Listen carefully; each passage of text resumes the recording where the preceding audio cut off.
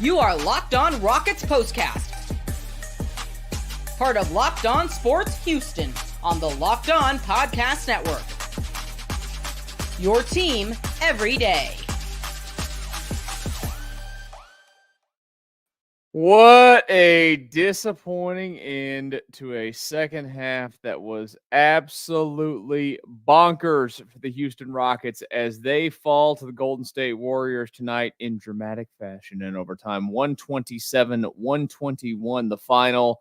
After an absolutely atrocious first half for the Rockets, it was the exact opposite in the second half as they clawed all the way back, had some leads for a brief second, but found a way to tie the basketball game and send it to overtime just for the ability to, unfortunately, not finish it off and come out in the overtime. And, well, it was basically the Kuminga show there in that overtime as they fall again tonight to the Golden State Warriors. Hello and welcome to the Locked On Rockets Postcast tonight on a Saturday night. Thank you for spending your Saturday night with me, Michael Connor, your host, as the Rockets, of course, fall now on the season to 3-3. Golden State improves to 5-1. Rockets now just 1-2 at home so far this season.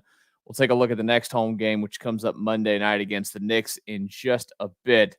As you can see here, we usually have our topics over here on the show. I wrote these before I can't point which direction am I pointing. I wrote these when it didn't look like they were going to make a comeback. They made a wild comeback, but we will talk about a lot of it. First of all, look, you make it incredibly difficult on yourself. Oh, and by the way, tonight's show, this Locked On Rockets Postcast, is brought to you by FanDuel. You can start the season with a big return on FanDuel. New customers can place a $5 bet, and you'll get started with $150 in bonus bets if you win your first $5 bet. Visit FanDuel.com to get started. So, the comeback was great. Tari Eason was unbelievable for the Rockets tonight. I mean, he basically willed them on his own in that fourth quarter to make that comeback. Unbelievable play out of him tonight. Unbelievable play by that entire unit. Jabari Smith had some really big moments in there as well. And they did all this basically with Dylan Brooks on the bench, Alpi on the bench. Jalen Green was on the bench for a lot of it. And, you basically ran out Amen Thompson and Jabari and Eason, Fred VanVleet. And I know that I'm forgetting somebody else here, and I'm sorry. But it was Tari Eason that really, he had a career night tonight. A career high 27 points. 9 rebounds, 5 steals, 3 blocks, and he did all of this as well with 5 fouls. He played from the third quarter on. I think it was like middle of the third quarter until later with 5 fouls. That's absolutely impressive. Absolutely impressive what he was able to pull off tonight and lead the charge there. It's the positive of the night. That whole group, that whole unit was a huge positive. They said, bleep this noise. We're not trying to lose this basketball game tonight. We're trying to actually win it. And you know what happened? It just didn't have enough. They ran out of gas, and that will happen. And that's where you get back to the first half issues is that, you put yourself into such a match. And look, this is the NBA. This happens all the time. We know that. We watched the Rockets and the Mavs the other night. I know that we didn't do a postcast for that one because we had Texans that night and they were basically finishing at the same time. And I just did not get to watch enough of that Rockets game to be able to do a show where I felt confident in coming on here and being like, yeah, this happened and that happened. Just, I'd be lying to you if that's what I did. So that's why we just did Texans that night. But they had a huge lead. The Rockets had a huge lead in that one, and Dallas claws back. This is the NBA. This is what happens. It's a game of runs, right? And tonight's run was, first half was Golden State. They came out of the gates blazing, and honestly, it felt like, well, this is gonna be one of those nights where the Rockets just punt it. It is what it is. You get all the backups a bunch of minutes, and they didn't do that. that's a credit to the guys that were out there. They did not do that tonight. They decided that they wanted to try to win, and they weren't trying to lose this basketball. And then they went out there and they almost did win that basketball game. You just hate when you have a comeback like that, to put all that work in for it, and then to fall just short of it. And I thought the difference in how they played in first and second half was very obvious. Now, first of all, in the first half, and I thought Golden State did a pretty unbelievable job of making the Rockets. The Rockets love, especially when the Alpi's out there and they're running more traditional stuff. They love to run that pick and roll at the top with Fred and with Alpi, or with Jalen and Alpi. And Golden State was just not allowing that to work at all. They just said, you're not going to have any ability to do this tonight. And the second half came out, and I just felt like, clearly we know this. That is the one thing that I have enjoyed so much of the Ime Udoka era, is that, okay, they're humans, they're NBA players, they're going to do it. Every team does this. They're going to go out and they're going to have a half that is just hot garbage. Hot garbage. And then they're going to go into halftime, and Udoka's basically going to dress them down, which is what he does. But not only is he going to do that, they're going to, as a coaching staff, they're going to implement how you got to change. And they do a very good job of making it. And it allows you to have these wild comebacks, even if they fall short. And I thought in the second half tonight, the way that they came out aggressively, and more than anything, moving the basketball. Look, if you played basketball at any level in your life, remember playing youth basketball and your coach would make you pass it 5 times before you went and, put up a shot. It's not that you have to go have 5 passes, but at times, to steal a phrase from an old Rockets coach, Kevin McHale, at times this team, the ball gets sticky, right? And it was the second unit that it didn't tonight, where the thing flowed quite a bit. And those guys were basically doing everything that they could to make this comeback almost be a thing. And they really did try. You saw it in that fourth quarter. Tari Eason, he was giving it every bit of energy that he had. And that guy, the way that he plays, the way that his mindset is on the floor, his mentality, the aggressiveness that he plays just as an overall player, he didn't want to come out. He had to come out because he was gassed. And he was in there starting in the third quarter. And that's one of the things that I liked from Udoka tonight, is that, so many coaches will default into, okay, fourth quarter starting, got to get these guys back out, get my other guys back in, get my start, get whatever back in. The Rockets came out in that third quarter and outscored Golden State in that quarter alone. What was it, 37-25? And Eason had gone off for 12 at that point. Jabari had 6 in that quarter as well. And those two and Amen came back out, and they kept playing. And then you wrote it. And that's what made you have the fourth quarter that you did, where they outscored them 39-23 to tie that basketball game up. Eason had 10 in that corner. Amen had 11, and Jabari had 13. It was basically on the back of those 3. And there's only so much that you can give and give and give before you just, run out of gas. Overtime, Rockets got outscored 8-2. And you saw the legs were gone for certain guys. The offense got slow again, like I said, sticky again, and didn't have the firepower for it. Building moments, right? These are the kind of building moments that you want to have, that you're hopeful that you can grow from this and move it forward. Now, you're going to be playing again a Knicks team Monday night that's going to be tough. in this Golden State team tonight. What stinks about losing it and the way that they played in the first half is that this Golden State team comes in, there's no Steph Curry. Buddy Hield the first half there played like Steph Curry. I don't think he missed. I think he was 5 of 5 from the field, 4 of 4 from 3 in the first half to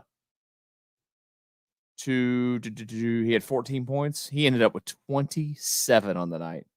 It was the Hield and Kuminga show off the bench. And Golden State's been really great in terms of outscoring teams' benches, but it didn't happen late. But those are the guys that carried them overall. They got to be walking out of here saying, whew, thank goodness we snuck out of there with that one, because they tried everything that they could. It's just wild. You just go look again. You go look at the box score. Box score for the first half. Golden State 71, Rockets 43. Golden State shot 60% from the field, 60% from 3. Rockets shot 32% from the field, 24% from 3. Second half of the basketball game, Rockets outscore Golden State 76-48. Rockets shot 57% from the field, 52 from 3. While Golden State shot 36 from the field and 27 from 3. And the overtime, of course, like I mentioned a moment ago, just 2 points for the Rockets to their 8. Golden State only missed 1 shot in the quarter or that overtime. The Rockets, 1 of 12. 1 of 12. There is the ball game at the end of the night.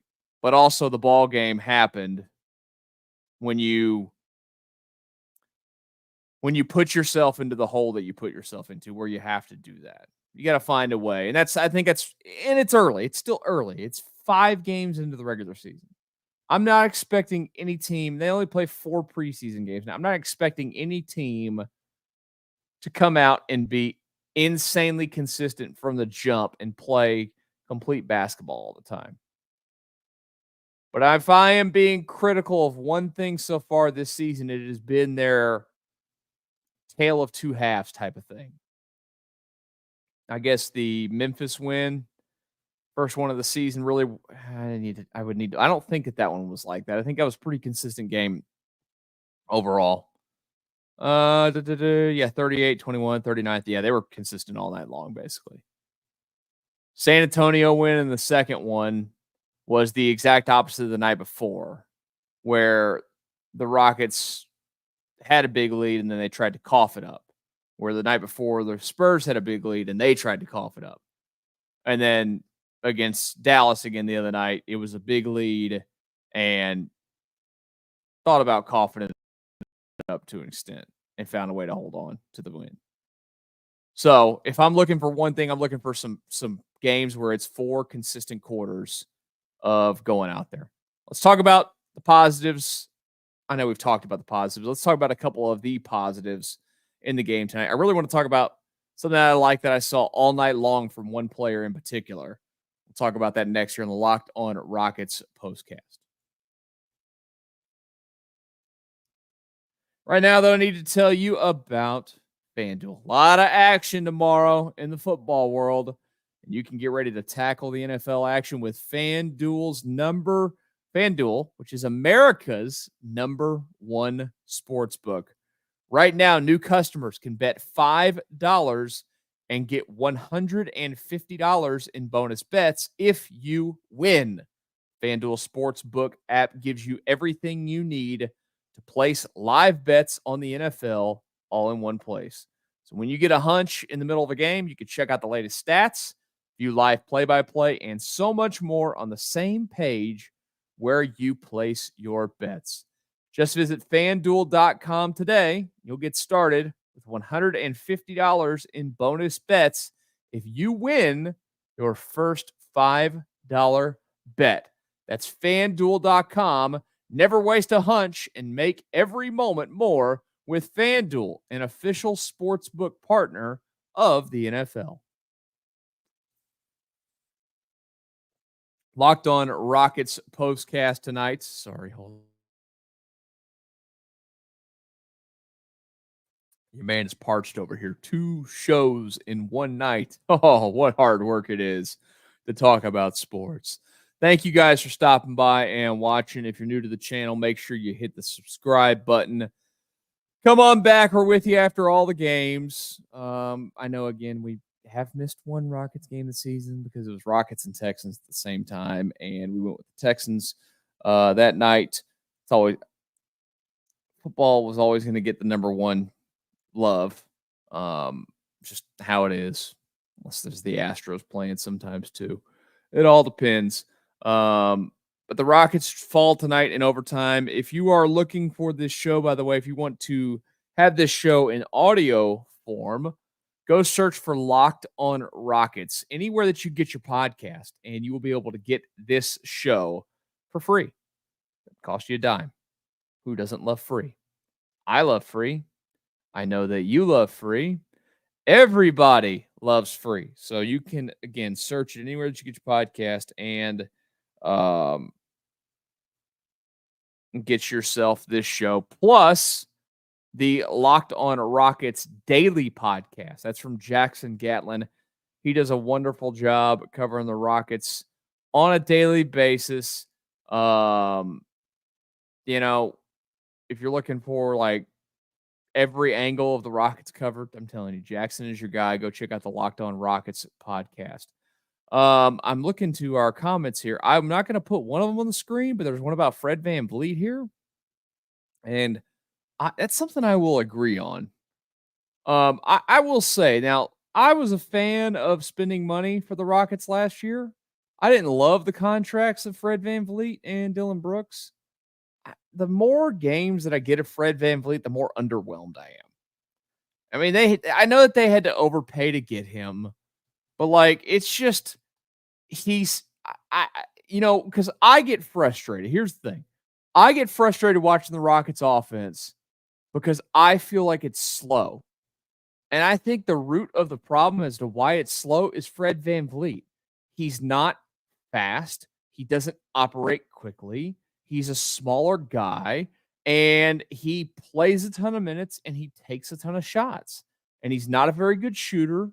I know that last year, was actually last year was his second best year in terms of field goal percentage, but last year was one of his more efficient years that he's probably ever had.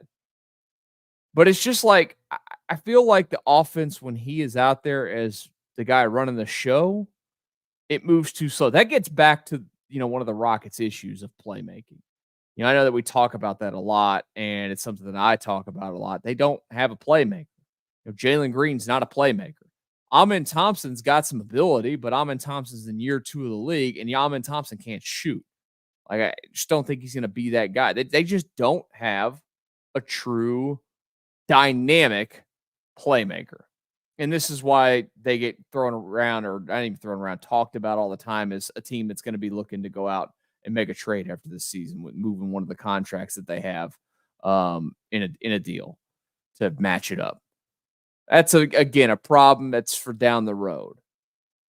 But I will say I agree with your comment that was up there. That was Yannick, I'm guessing.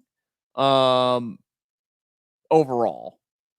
I'm less and less excited about watching Fred VanVleet each night that goes by. And he is under contract for, it's all this season and next season. Is next season an option year, or is there an option year after that? Next season is, I'm doing this live right here on the show. Next year's an option year for next year's a team option, for $44 million, 44.8. Decline. Don't pick that up. He got 2 years and 40 or 80 or whatever, $82 million out of the Rockets. I'm good with into the Fred VanVleet experience after this year. I like some of the things that he brings. I think he brings the right mindset. I think that he's a leader. You hear all the right things. I'm just not the biggest fan of the game. What I was a fan of was a different player tonight, something that I saw out of him. We'll get to that. We'll take a look at the Knicks game next as we continue right here on the Locked On Rockets Postcast. Right now, I want to tell you about the Gametime app. Are you looking to get into the big event, whether it's a concert, whether it's comedy, whether it's sports game? Maybe you're looking for the basketball game to get into. Well, Gametime is the place for you to go and get into the big event. You got to go download that Gametime app today and get yourself picking the events that you want to get into. When you get into that app, you're going to find so many great things like Gametime Picks. It's curation that makes it easier to save more on sports, concerts, comedy, theater, and more. They also have the all-in pricing feature, which is something you need to go into the app and toggle. This is really cool. It shows you the entire price up front so that when you get to checkout, you're not suddenly surprised by, oh my goodness, this fee, that fee, whatever. No, you know from the jump what you are paying. I always bring this up too because I don't understand why anybody would buy a ticket without looking at it. They have the seat view, panoramic seat view right there in the app so you can get a look of what it looks like from your seat. Take the guesswork out of buying tickets with Gametime Picks. Download the Gametime app, create an account, and use code LOCKEDONNBA for $20 off your first purchase. Terms apply. Again, create an account, redeem code LOCKEDONNBA for $20 off. What time is it?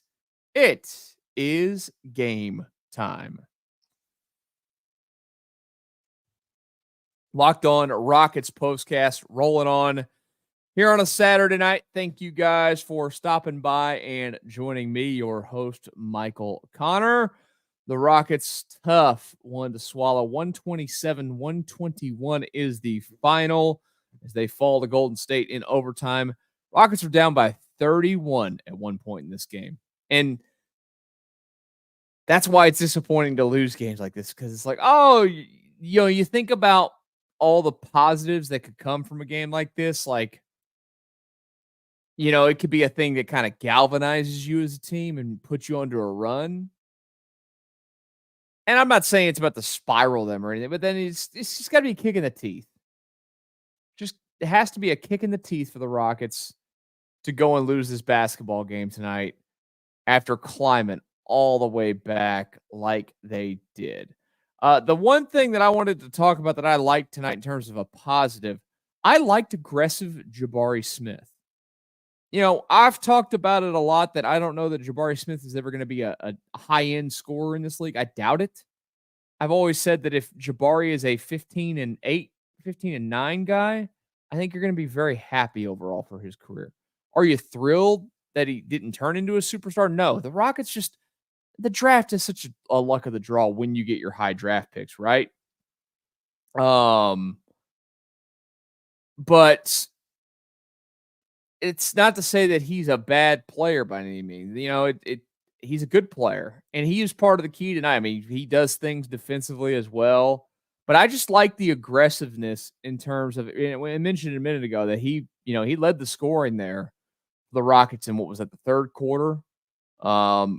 Or is it the fourth quarter that he led? Hold on, I'm pulling my box scores back up as I'm doing this live again. Fourth quarter where it was just Jabari. It was serious. I mean, look at it. It was Jabari with 13, Tari with 10, Amin with 11, and the only other two guys to score was Reed Shepherd knocked down a 3, and Fred VanVleet knocked down 2 free throws. Jabari had 13 in that quarter and knocked down some big threes as well. That's the one thing that I keep going with him that I just want to see and I'm hopeful for is that Jabari Smith can find a way to be, because that's kind of what he looked like in college coming out, that he was going to be a guy that could knock down threes and be a consistent outside threat. If that can happen, maybe he can be even better than I think. Maybe he's an 18-9 guy. That'd be a great player to have with some other pieces around him. I really wanted to make sure I emphasized that I enjoyed tonight what felt like a far more aggressive Jabari Smith Jr. On the offensive end. Rockets are going to have to bounce back quickly. Monday night at the Toyota Center. Tough one. New York Knicks coming to the town. And this is a Knicks team that is trying to find themselves early in the season. I say find themselves because they've pieced together. It's a lot of new faces. Knicks have been good the last couple of years, and they decided that they wanted to go even more in. Jalen Brunson's a monster. They've got Karl Anthony Towns now, who, look, he's a really good player. There's a reason why Minnesota gave him up, I think, but still is a guy that could fill it up. They got Mikal Bridges, who a lot of Rockets fans wanted constantly, and I was like, no. They can score. They can score. Can the Knicks? And talent for talent, they are better than the Rockets right now. Right now, coming into this, the Knicks are second, and they've got 2 losses already in the season, which is great. But they're second in the league in shooting percentage. They're first in 3-point percentage so far this season. Now, they're not taking a ton of threes, but they're first in percentage. If the Rockets come out in that game against the Knicks like they did against Golden State, that's going to be a problem. We know that, right? You can't come out and just let them berate you early on and take a big lead, and then you have to do the comeback thing again. So,